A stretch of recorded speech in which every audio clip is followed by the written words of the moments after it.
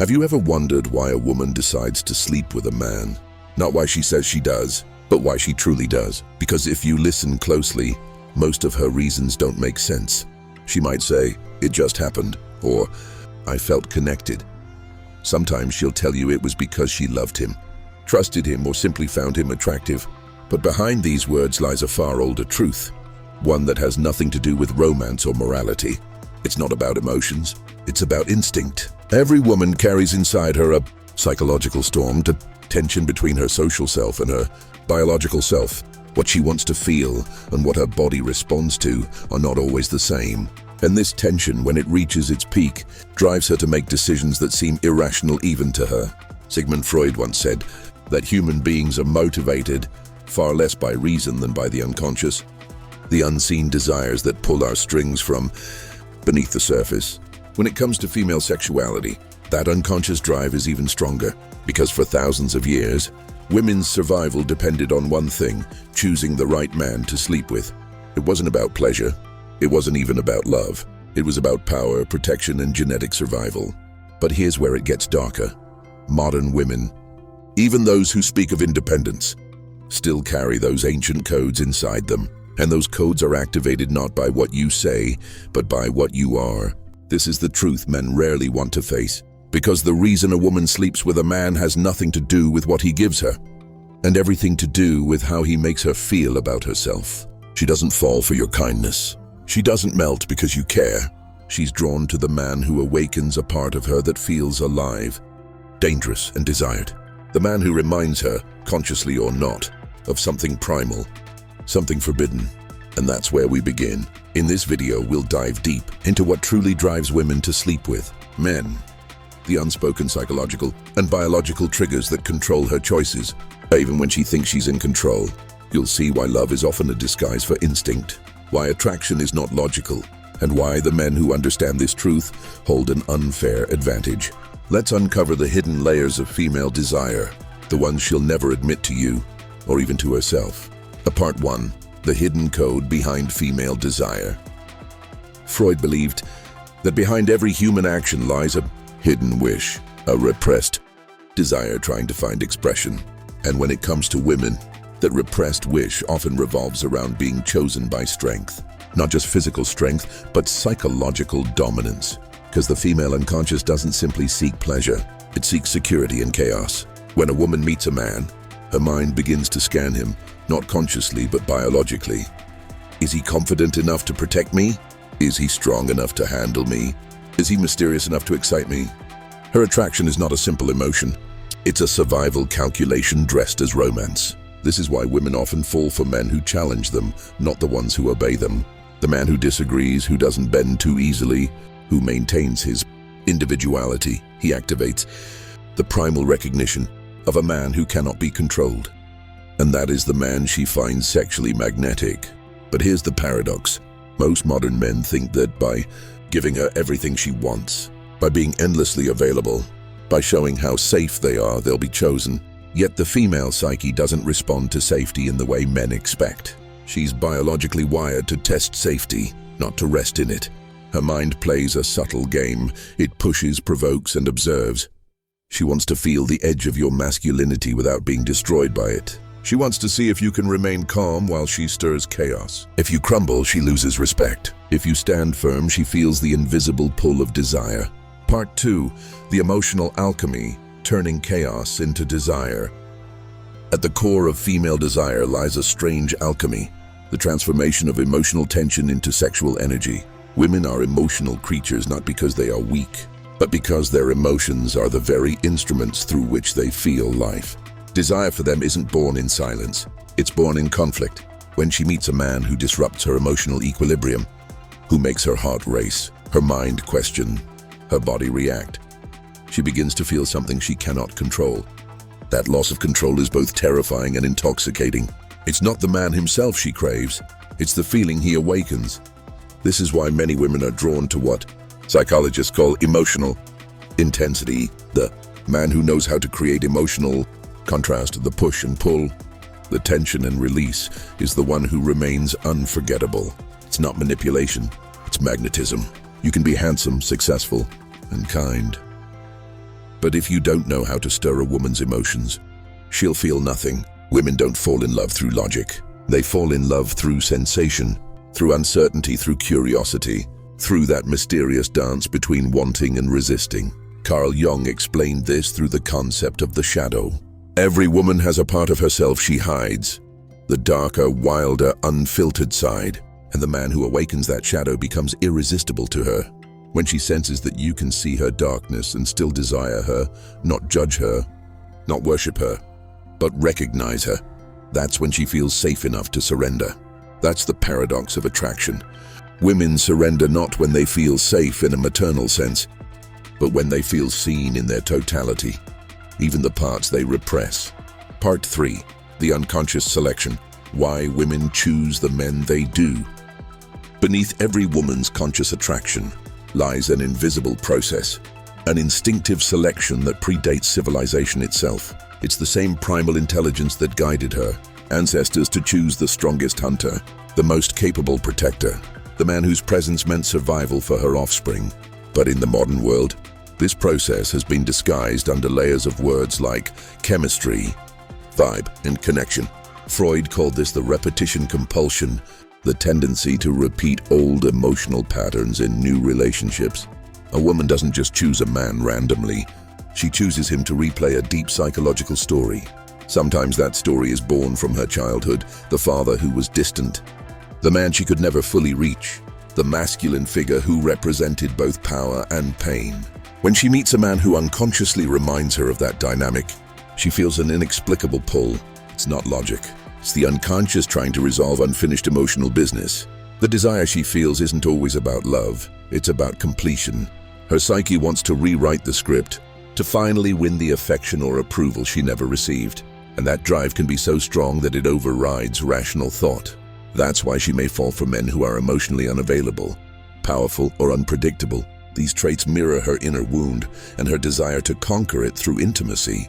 But there's another layer to this selection process, one that operates below emotion. It's biological. Evolutionary psychology calls it cryptic female choice. Even when a woman consciously chooses one man, her body continues to evaluate him. His scent, his confidence, his tone, his ability to lead, his dominance under pressure. This invisible evaluation determines whether her subconscious marks him as a worthy mate. Part 4. The power dynamic. Why dominance awakens desire. Every act of seduction is, at its core, an exchange of power, and nowhere is that exchange more visible or more misunderstood than in the realm of female desire. To most men, dominance means aggression, control, or manipulation. But to a woman's unconscious, dominance means something very different. It means presence. It means certainty. It means being unfazed in the face of her emotional chaos. A man's dominance is not measured by how loudly he speaks, but by how deeply he remains grounded when the world, or the woman, tests him. Why? Because in the female psyche, power equals safety. It's not that she wants to be overpowered. She wants to be contained. She wants to feel that your masculine frame can hold her emotions, her volatility, her contradictions, without collapsing. When she feels that, something deep inside her relaxes. Her mind stops resisting. Her body starts to open. Freud noted that sexual desire often expresses itself through symbols of authority and surrender. That's because desire, especially in women, is not about equality. It's about polarity. The dance between the masculine and the feminine only generates electricity. When there's tension between them, if both energies are equal, there's harmony, but no spark. If the masculine energy withdraws, the feminine collapses into anxiety. But when a man's dominance is paired with emotional intelligence, when he leads not to control but to guide, that's when a woman feels irresistibly drawn to him. She may say she wants a gentleman, but her body reacts to the one who can look her in the eye without flinching, who can tell her no without guilt, who can make decisions without hesitation. These traits trigger her ancient memory of what masculine energy should feel like. Part 5. The emotional mirror. What sex means to her psyche. For a woman, sex is never just a physical act. It's a psychological mirror. Through intimacy, she unconsciously discovers who she is, what she fears, and what she's willing to reveal. To men, sex can be separation, a release. To women, sex is integration, a return to self through another. When she decides to sleep with a man, it's rarely because of surface attraction. It's because she feels that he sees something inside her no one else does. In that moment, she's not offering her body. She's offering her vulnerability. And vulnerability, for the female psyche, is sacred. It's both dangerous and divine. Freud said that sexuality is the bridge between the body and the soul, the point where instinct and identity collide. When a woman gives herself sexually, she's not only expressing desire, she's symbolically offering trust. She's saying, I trust you enough to witness me without my masks. But this is also why sex can wound her so deeply. If the connection lacks emotional depth, she feels fragmented, as if a part of her was touched but not understood. Her body remembers the act, but her psyche feels unseen. And that gap between physical intimacy and emotional meaning creates confusion, guilt, or emptiness. This is why some women seem cold after sex. It's not because they don't care, it's because they feel exposed. The act awakened their deeper self, but the man failed to meet her there. On the other hand, when a man matches her emotionally, when his presence remains grounded, when he doesn't lose himself in the moment but stays aware, the experience becomes transformative. It heals her inner fragmentation. It tells her unconscious, you are safe to feel. Carl Jung referred to this as the sacred union, the merging of opposites that leads to wholeness. Through sex, a woman seeks not only pleasure, but the restoration of her inner balance. She wants to feel both desired and understood, dominated yet cherished, exposed yet accepted. That's the paradox most men miss. She may crave passion, but what she truly wants is presence, because presence turns passion into meaning. Part 6. The shadow of desire. The dark side of why she gives herself. There's a side of female desire that society refuses to speak about. A darker, forbidden part that doesn't fit into the story of romance and love. A part that women themselves often deny. Carl Jung called this part the shadow, the collection of all emotions, instincts and urges that the conscious mind represses. For women, the shadow often contains the raw, unapologetic sexual energy that civilization taught them to hide. From an early age, she's told to be good, to be modest, to be respectable. And every time she suppresses her natural instincts, those impulses don't disappear. They sink deeper into the unconscious.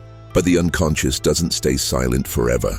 It waits, it watches, and when the right man appears, the man whose energy feels dangerous enough, real enough, unapologetic enough, the shadow awakens. This awakening feels both terrifying and exhilarating, because for the first time, she feels seen beyond her good girl persona. She feels that someone recognizes the wildness she hides, the side that doesn't care about judgment, about morality, about rules. That's why women often find themselves drawn to men who represent everything. They claim to resist the rebel, the nonconformist, the emotionally unavailable. It's not that she consciously wants pain or chaos. It's that these men mirror her inner rebellion, the forbidden self she secretly craves to express. In psychological terms, this is shadow projection. She projects her own repressed desires onto him. The man becomes the canvas for everything she hides, her fantasies, her hunger, her rage, her need for surrender. When she sleeps with him, she's not just uniting with a man, she's reuniting with her lost self. The act becomes symbolic, a rebellion against the mask she's worn for too long. Part 7. The silent language of the feminine. What she'll never say out loud. There's a reason most women can't explain why they slept with someone. It's not that they're lying. It's that the decision wasn't made by their conscious mind. The feminine doesn't think in logic. It feels in symbols. Her attraction speaks a secret language, a language of energy, of archetypes, of emotional resonance. She may tell you she likes confidence, humor, or intelligence, but these are just masks for something deeper. She desires presence, the ability of a man to stay grounded, unshaken, and aware, no matter what emotion she throws his way. Presence is the currency of masculine energy. When a man is fully present, he becomes a mirror through which a woman rediscovers herself. His calmness reflects her chaos back to her, but transformed. In his stillness, she finds clarity. In his silence, she feels heard. And in his gaze, she recognizes her own beauty, stripped of pretense. That's why women remember how you made them feel, not what you said. Because emotion is her first language, and presence is how she decodes it. When she chooses to sleep with a man, she's saying, I trust you to hold my emotion. But she'll never say it out loud, because the moment it's spoken, It loses its mystery, and the feminine thrives on mystery. This is also why sexual attraction cannot be forced. You can't persuade a woman to desire you. You can only embody what awakens her instinct. When your words, energy, and presence align, when you move with conviction, not need, she feels it immediately. It's not your looks or your money. It's the silent vibration that tells her, this man knows who he is. Women are intuitive to this energy because their bodies evolved to sense it. For centuries, their survival depended on their ability to read men quickly, to detect danger, weakness, or strength without words. That instinct still exists today, hidden beneath the surface of modern society. It's why she can just tell when a man is faking confidence, when he's insecure, or when he's genuinely powerful. So when a woman gives herself to a man, she's not giving her body to a stranger. She's responding to the frequency of his energy, the vibration that tells her whether she can trust him to lead her into her own depths. And that's what most men never understand. Desire isn't created by trying to impress her. It's created by revealing your depth, by being so authentic, so grounded, that her feminine instinct recognizes something ancient in you. The truth she'll never say is this: women don't sleep with men for love, for pleasure, or for status. They sleep with men who awaken their truth. The truth they hide, the truth they fear, the truth they secretly want to explore. The truth that shocks every man. So what really drives women to sleep with men? It isn't love. It isn't pleasure. It isn't even desire in the way most men understand it. It's recognition. She sleeps with the man who makes her feel alive. The one who reawakens her instincts, her hidden emotions, her lost identity. She gives herself not because she's weak, but because something in him calls out to something in her, something ancient, something forgotten. Freud would say she's responding to her unconscious. Jung would say she's dancing with her shadow, but in truth, she's simply trying to remember who she really is. In his arms, she finds pieces of herself she buried. In his energy, she feels both fear and freedom. And for a brief moment, she becomes whole, not because he completes her, but because through him, she sees her own reflection more clearly. That's the truth most men never learn. You don't win a woman through words, money, or appearance. You awaken her through energy, through presence, through depth, through being the man who doesn't flinch when her emotions rise, who doesn't try to fix her but simply sees her. Because when she feels seen, she feels safe. When she feels safe, she feels open. And when she feels open, her body and soul align, not as an act of lust, but as an act of recognition. So the next time you wonder why she slept with him or didn't, remember this: it's never random. It's never just physical. It's her unconscious searching for meaning through connection. She's not looking for a man to complete her. She's looking for a mirror, one that reflects both her chaos and her calm, her fear and her fire, her shadow and her light. And when she finds that mirror, she doesn't think. She feels, she acts, she surrenders. That is what really drives women to sleep with men. Not weakness, not lust, but the eternal desire to remember the woman she truly is, in the presence of a man who is unafraid to see her completely.